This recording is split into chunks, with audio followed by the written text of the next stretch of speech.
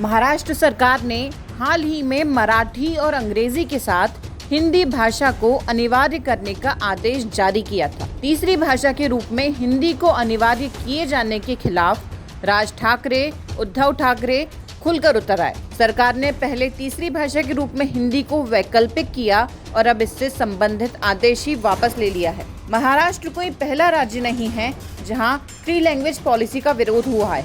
तमिलनाडु पहले से ही इस फॉर्मूले के विरोध में है। सवाल है कि थ्री लैंग्वेज पॉलिसी राज्य दर राज्य सियासत की शिकार क्यों हो रही है। तमिलनाडु सरकार ने इसे लागू करने से ही इनकार करते हुए केंद्र सरकार के खिलाफ मोर्चा खोल दिया। वहीं अब महाराष्ट्र सरकार को इसे लागू करने का आदेश जारी कर उसे वापस लेना पड़ा। दक्षिण से लेकर पश्चिम तक थ्री लैंग्वेज पॉलिसी सियासत का शिकार हो रही है। दरअसल सरकार ने नई शिक्षा नीति 2020 में थ्री लैंग्वेज पॉलिसी जरूरी बदलाव के साथ लागू करने का फैसला लिया। इस पॉलिसी में अंग्रेजी को विदेशी भाषा की श्रेणी में रखा गया है। अंग्रेजी भाषा ज्यादातर राज्यों के ज्यादातर स्कूलों में पहले से ही पढ़ाई जा रही है। ज्यादातर राज्यों की राजनीति में राजनीतिक दलों के लिए स्थानीय अस्मिता की राजनीति मुख्य सियासी अस्त्र है। तमिलनाडु की राजनीति में लंबे समय से डीएमके और एआईएडीएमके जैसी पार्टियों का वर्चस्व हो या महाराष्ट्र में शिवसेना और राष्ट्रवादी कांग्रेस पार्टी का सत्ता की धुरी बने रहना,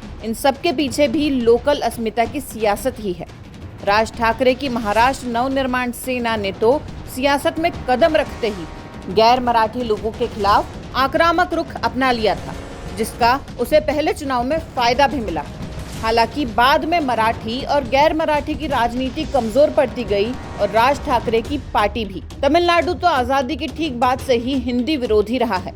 महाराष्ट्र में थ्री लैंग्वेज पॉलिसी लागू करने के आदेश में राज ठाकरे की एमएनएस और उद्धव ठाकरे की शिवसेना को मराठी पॉलिटिक्स की पिच पर खुद को फिर से खड़ा करने, बीजेपी और उसके सहयोगियों को घेरने का सियासी मौका नजर आया। यही वजह है कि दोनों दलों ने सरकार की इस पॉलिसी के खिलाफ 5 जुलाई को मार्च का ऐलान किया था। अब जब सरकार ने आदेश वापस ले लिया है, तब दोनों दल विक्ट्री परेड निकालने की तैयारी में जुट गए हैं। ठाकरे ब्रदर्स सरकार के इस रोलबैक को अपनी जीत के तौर पर प्रस्तुत कर रहे हैं। हालिया महाराष्ट्र चुनाव में ठाकरे ब्रदर्स की पार्टियां अच्छा प्रदर्शन करने में विफल रही थी। थ्री लैंग्वेज पॉलिसी के विरोध के पीछे भी राज्यों की राजनीतिक दलों की अपनी वजह है। केंद्र सरकार ने नई शिक्षा नीति में थ्री लैंग्वेज पॉलिसी संशोधन के पीछे इस फॉर्मूले में ज्यादा लचीलेपन का तर्क दिया था। तब कहा गया था कि किसी भी राज्य पर कोई भी भाषा थोपी नहीं जाएगी। छात्र कौन सी 3 भाषाएं सीखेंगे, यह राज्य सरकारें खुद तय करेंगी।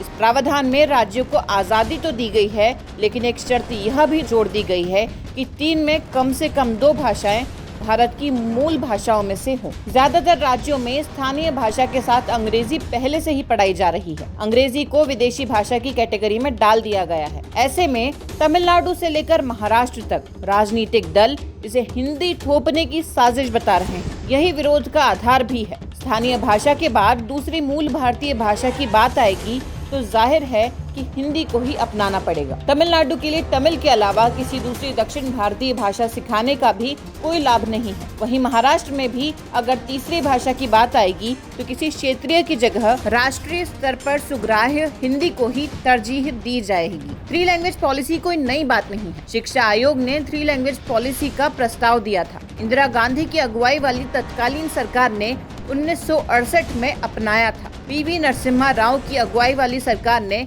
1992 में थ्री लैंग्वेज पॉलिसी में संशोधन किया था। इस संशोधन में जिन 3 भाषाओं का प्रावधान किया गया, वह 3 भाषाएं थी मातृभाषा या क्षेत्रीय भाषा, आधिकारिक भाषा यानी अंग्रेजी और एक आधुनिक भारतीय या यूरोपीय भाषा। 2020 की नई शिक्षा नीति में एनडीए सरकार ने थ्री लैंग्वेज पॉलिसी में फिर से संशोधन किया और कम से कम 2 भारतीय भाषाओं को शामिल किए जाने को अनिवार्य कर दिया। अंग्रेजी को भी विदेशी भाषा की श्रेणी में रखा गया है।